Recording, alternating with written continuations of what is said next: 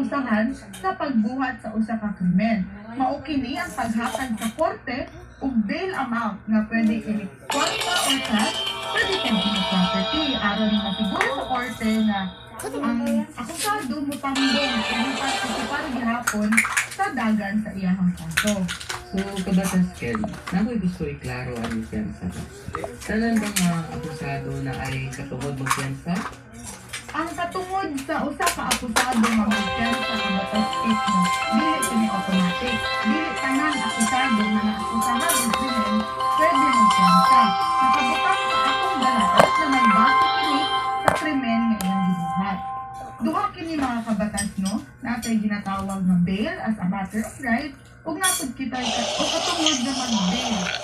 Ug bail as a matter of discretion o ang bail kay magbase kini sa desisyon sa judge o sa korte.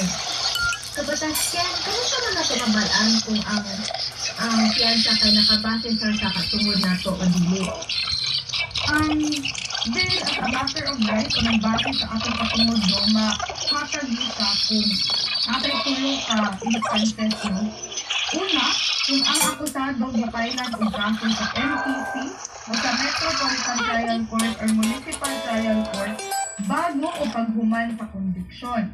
Ikaduha, before conviction sa Regional Trial Court sa krimen na dili punishable by death, reclusion perpetua o kaya life imprisonment, ug ikatulo, bago ang paghukom sa Regional Trial Court sa krimen na punishable by death, reclusion perpetua o kaya life imprisonment ug ang ebidensya laban sa akusado no kay dili kusog.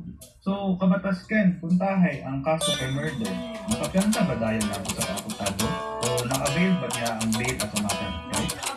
Ang murder kabatas RR no kabalo tama punishable kini by reclusion perpetua o ang pagkapriso o 20 years and 1 day up to 40 years and 1 day.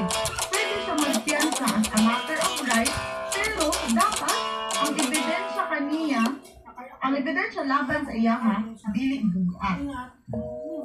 So, kung tahay kabatas Ken, bugat ang ebidensya laban sa akusado nga